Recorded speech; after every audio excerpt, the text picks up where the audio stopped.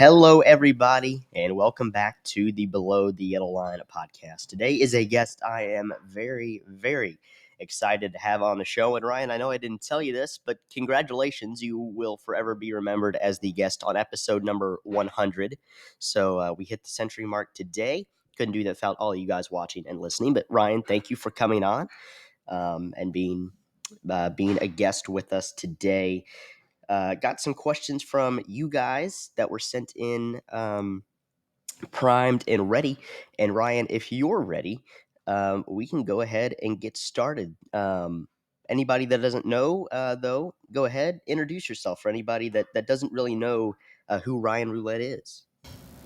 Yeah, awesome. Thanks, Samuel. First and foremost, congrats on that 100. I know that took a lot of work and dedication to get to that point in time, so that's a huge accomplishment on your part to not only get there, but stay at it and keep going. So congrats, my man. Thank you. So about me, so I've been racing now for, almost 20 years. Started way back when, sort of in high school. I lived outside of beautiful Knoxville, Iowa, in a small town called Carlisle. And everybody there, if you're not playing football on Friday, well, even if you do play football on Friday, Saturday and Sunday is always dedicated to that racetrack, being that it's the sprint car capital of the world. So I got introduced, I wouldn't say super early on, but I got introduced in high school to the racing scene outside of NASCAR, and got the chance to go watch my buddies and their dads race sprint cars. Did a little bit of work on them, scraping mud, nothing crazy. And it really got the bug, if you will, when I got the chance to sit in one, just turn some hot laps down there in Knoxville. And ever since then, it was, one way or another trying to find a way into a car and put something together, if you will. Sorry. Go ahead. Yeah, no worries. I was going to say is, that was back in high school. I've been out of high school for quite a while now, and ever since then, I joined the Air Force right after high school. Initially as a medic, got the chance to go to the Air Force Academy, and then I'm now currently a pilot that's still active duty in the Air Force. When I'm not doing that, I race as much as I can, primarily in the ARCA series, but anything I can get, behind the wheel in, I take advantage of it. I think it's safe to say, Ryan, that you like speed and thrill, and we thank you for your service. And we also thank you for entertaining us out there every weekend and working as so many men and women do to race. And you race at one of the highest levels in motorsports. That's something for you to be proud of. And just like this podcasting thing, and in your case, a lot more talent and dedication and hard work went into it. You kind of went into your story there a little bit, but the thing that I find really interesting, and we talked a little bit about this off camera, but your team right now, you're part owner in it. You're helping out, or I guess you're kind of helping each other out at the same time, helping out a great guy that's been around the NASCAR industry for a while. So tell us about your team a little bit and kind of your process as a driver / owner. Yeah, absolutely. So this year we were trying to change things up a bit. Prior to 2023, I got the opportunity to run with Joe Nava in the 77 at Phoenix, Andrew Tuttle in the 85 at Phoenix as well. And then I got a chance last year to run with Andy Hillenberg in the 11 car at Nashville.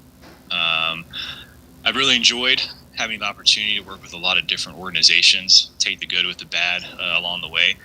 And what it really came down to is looking at the finances of everything and how I wanted to move forward in ARCA. And Andy was someone that, I worked with real well with out at Nashville. I got my first top 10 running that car for him. And when the opportunity came to put my own program together, I knew that I would, with my, working in the Air Force, I wouldn't have the ability to do everything. And I need a lot of help. So I reached out to Andy, and we put some stuff together where I own the car and equipment, but his team out there really takes care of me and gets everything ready and make sure we can do it at a price point that makes sense for what I'm trying to do, as well as get the car as competitive as possible at all the tracks that we've hit together. So far, we've raced 3 races together in total. That's Nashville, Flat Rock this year. They brought that one back. That was pretty awesome, as well as up at Elko in Minnesota. And then we got Bristol here next week. So we're super excited to get out the track there and keep continuing on with our program. Absolutely. Bristol, always a fun race, no matter, they could race school buses there. And I feel like they probably have in some capacity. They'd put on a great show. Andy Hillenberg as well. Just want to shout out him. If he, for whatever reason, is listening to this, drove in the Cup Series for a little bit, but just a great guy from what you say and from what a lot of other people in the industry say as well. Just a great guy who always kind of knows what to say, if you will, regarding racing or a lot of other things. My next question is, and this is, I know, it's kind of broad and it's also not necessarily fairy tale-ish, but I've gotten a lot of really fun answers. And I think I might have asked you this yesterday. I'm not sure, but what is like your dream scenario for if you could get your first ARCA win, your first NASCAR win? Like, how would you do it? Where would you do it? Last lap pass, utter decimation, how would that go down? Yeah, I don't know a driver who hasn't thought about that. Even me as a kid watching Midnight and Rusty Wallace go around the track a long time ago, I was dreaming about, getting that opportunity to race. And that was when I was real young and wasn't even racing yet, right? Just a pure fan. I would say that a win anywhere in ARCA would be an absolute blessing, and I would be more than excited than anything in the world. But that being said, we all have that dream of that one race, doing that one thing. And as much as I love Bristol, and I would love to bring it home this week coming up here, my dream race by far has been Charlotte. I love that they do that on Memorial Day weekend. It's a super long race in the Cup Series, not as much for us in ARCA, but nevertheless, I think the Charlotte race on a green-white checker, door to door for the finish, kind of beating and banging and barely making it across. I know that's not what the race was designed for a long time ago, but that's always been my dream win right there. Yeah, that'd be so funny to me. And, it's happened before with Bobby Labonte and Jimmie Johnson, but it's racing at Charlotte, a track that was initially designed, to host a 600-mile race, man and machine, and an endurance race, if you will, for stock cars. And, people just going out there photo finishing and drag racing across the line. That'd be so funny to me. That would be the ultimate, I don't know, just, I guess, technically upstaging Charlotte Motor Speedway, even though, you wouldn't really be doing that. You'd be putting on a great show. All right, moving on here, Ryan. Let's see what other questions some of the fans had.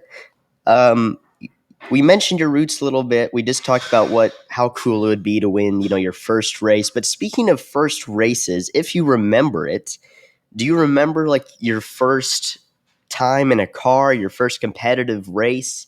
Did you ever think it would get to this point where you're technically a professional race car driver? Yeah, no, not at all. My first competitive race, no kidding. So I told you about the sprint cars, right? And anybody that knows sprint cars was a 305, 360, 410. You shoot even a mini sprint. When you're first starting, you're not ready for that. Not even close. I didn't grow up karting. I mean, I went and go-karted, but we all know the difference between that. And so I started pretty late in life. So my very first race car that I was competitive in, actually went to a dirt track and competed, was a 1988 Honda CRX 4-cylinder. It was something I found up in the mountains of Colorado. This guy used it for a construction vehicle. So when we pulled up, there was plywood strapped to the roof of this thing. And I convinced him on, I'm just a poor college student. I just need a car. Can you help me out here? I didn't tell him at all that I was going to tear it apart, put a roll cage in it, and try to send it on the dirt track. But that was my first race. Gosh, forever ago, out there in Colorado. Very first race. I want to say there was roughly 15 cars, and I got fourth place. And ever since then, I kept moving up. Never in a million years would I had guessed. I still have that picture of me getting that first race and sitting, on the computer there. And never in a million years at that point in time did I think I'd be where I am now. I was just happy to have four tires and an engine to go around the track, and now here I am getting ready to run Bristol. It's been quite the adventure. It sounds like it's been a heck of a ride when you put it like that. That's so fun. Going up to Colorado, convincing the guy. Oh goodness. Well, the good news is, random man in Colorado who sold Ryan this Honda. If you're listening to this, obviously, the kid that bought that Honda, that broke college student, I think he turned out all right. I really do. Um, my next question for you, Ryan. Obviously, I've always said that all race car drivers are insane in a good way because you have to be to do what you guys do and want to do it over and over and over. And, you fly in the Air Force as well, but especially when driving a race car, what clicks in your mind that says, yes, absolutely, I want to go fast for a living? Is it just something that you have? Is it somehow inside all of us? I don't think it's inside me, but uh, what kind of bug is it that just drives you to do this? Yeah, it's definitely unique. It's not the first time I've been asked something similar. I fly planes for a living at a high rate of speed, right? It's dangerous sometimes, not, but also race cars at a low rate of speed, sometimes dangerous. Well, usually dangerous. There's not a whole lot of time. It's not maybe these are my first time going screaming, right? But with all that being said, racing for me is something that balances both, and I know that may seem odd. But for me, how I am, I need something that is just caffeine, if you will, that gets me away from my day job, as much as I love what I do. And it's something that I look forward to doing just everybody out there, whether you're a baker, a lawyer, running a podcast today, right? I think that all of us need to have something that is just for us. And it can be, on the weekend with the buddies, or actually, whatever it is. Mine just happens to be racing. But for me, it's something that, again, it helps balance me. It's that thing that you're grinding through work, whatever that may be. And everything's just kind of going right. You get your rhythm. You're going to wake up at 7. I'm going to shower. I'm going to shave. I'm going to do this. I'm going to work. And I'm on my 4. I'm going to hit the gym. And it just sometimes gets repetitive. And something like racing, for me in particular, is that thing that motivates me. It keeps me grounded. I perform better at work because I have something to look forward to, just to kind of trudging through life. I hope that answered it. I know it's Yeah. a little off, if you will, but it's again, it's a huge part of my life, and I could imagine not having it as For sure. And I think you described it, something that can kind of get you away. And this is that for me. My schedule is busy, classes and a lot of other stuff. And this is sometimes I might take it a little too seriously. I might get a little too invested. I got to step back. But it's so funny, you said you go from cornhole, and I know you're making a very good analogy, but cornhole with the buddies to driving a race car at a high rate of speed is just such a funny. And when you think about it, they are very similar. In terms of maybe not physically, literally, but in terms of like you said, it being kind of your escape, it being your I don't know, 200-mile-an-hour therapy, basically. Let's call it that. I think somebody should trademark that and make that a podcast. Um, but yeah, great answer there. My last question for you, Ryan, is one that, like the one about your dream win, is one that has had a lot of varying answers from the different drivers I've asked, and it's one that some people have really specific answers for, and some don't, and either one is fine. But what say you're looking 50 years into the future. Let's throw a random number out there. 50 years into the future, you're sitting there, you're about to put in a VHS player, a tape that says my career, my racing career. What do you want that tape to show? Like, what is your ultimate goal in racing?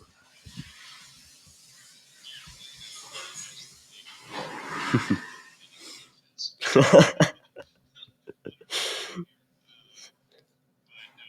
excellent question. I think in the end, if I can look back on all of this, what I haven't told you yet is my son currently is into racing. He's 6 years old. He runs quarter midgets. He has already won twice, and he's starting to get a little full of himself. So I have to knock him down and peg him. But all that being said, my ultimate goal with all of this is just to do something that I'm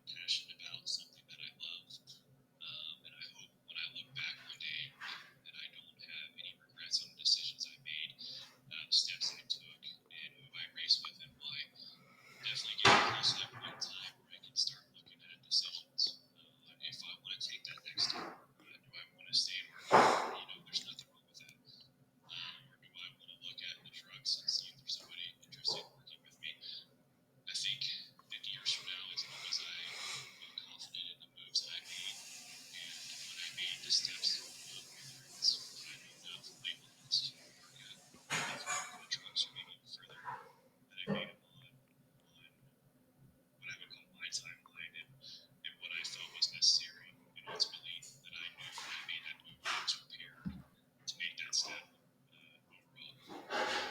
As much as I'd love to jump in a truck tomorrow, right? I know I'm not ready right now, but I'm putting a schedule together to make sure I'm ready for that. So when the opportunity does come, I can take full advantage of it.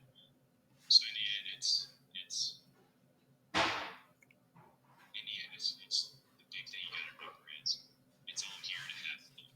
And if we're not having fun, we're not enjoying it, and I go 50 years from now to look back on it and say, what was I really doing? Why did I waste all this time and money on something like that that I didn't mean? But I think right now I'm doing well, and I'll look back at everything I've done so far as an awesome adventure and ups and downs, the excitement, and I can't wait what the future holds. Wow, that was a great answer. And you talk about doing it on your terms too. And I'm sure you know this song, but I'm a big Frank Sinatra fan. One of my favorites of his is "My Way," and I don't necessarily understand all the deep meanings behind it, or that are apparently behind it, that you read about. But going out on your own terms, not even going out, just like you said, making the decisions on your own terms. And racing's a business, right? Racing is not a giant fairy tale where everything that you want to happen happens. It's just not, because it's part of life, and life isn't like that either. We're getting real philosophical here on BTYL today. But um you know having a career in racing like you have had on your terms is just something that I think we should all, look up to, and having fun as well. What are we doing if we're not trying to have a little bit of fun? We can't be all 100% serious all the time. So I love that answer, Ryan. And thank you for coming on the show. Last thing here before I let you go, you mentioned you're racing at Bristol, but I hear you got some pretty cool partners going to be on that race car. So why don't you go ahead and tell us about them? So thanks, Zane, for that. Yeah, this week we're bringing the BFW on board again. We're looking forward to partnering up with them for this race in Bristol. Also excited to bring in a BFW lifelong member. He's a retired command sergeant major. Goes by Dan, great staff. Started a little bit Daniel, but overall he's big with the Gold Star families, as well as continues to work with a whole bunch of different veteran organizations. The DAV life member, Tri-City Military member, if you will, understand that in his veins donate over to 10 gallons of blood throughout his lifetime. They won't even take my blood, but these are 10 gallons of his, which is awesome. As well as we're also partnering with our longtime partner, Elliott Recruiting Academy. Super excited to keep bringing them on board and continuing to grow as an organization with Bellator as we, hopefully keep moving on. Well, that's awesome, and can't wait to see you out there in the car this weekend. FS1 MRN Thursday evening. Look for Ryan Roulette and that fast race car. So, thank you so much for coming on the show, Ryan. Thank you for your service, and thank you for being here with us. It's always great. You're one of the best interviews I've had so far. That's not to knock anybody else that I've had on the show. They've all been great, but thank you so much for coming on the show. We had some adversity in recording this episode, but hey, you know what? We got through it. We did it. So thank you so much for coming on the show. We really appreciate it. We wish you the best of luck at Bristol and in the future. Hope to see you in Victory Lane soon. Awesome. Thanks again for having me. That's a huge compliment. I know you mentioned some review pop poppers, so but those are some big shoes to fill. So I appreciate it, and best of luck with the podcast. Hopefully we can get a good finish here at Bristol, and you'll be calling me soon. We can do it again. Absolutely. That would be awesome. Thank you so much.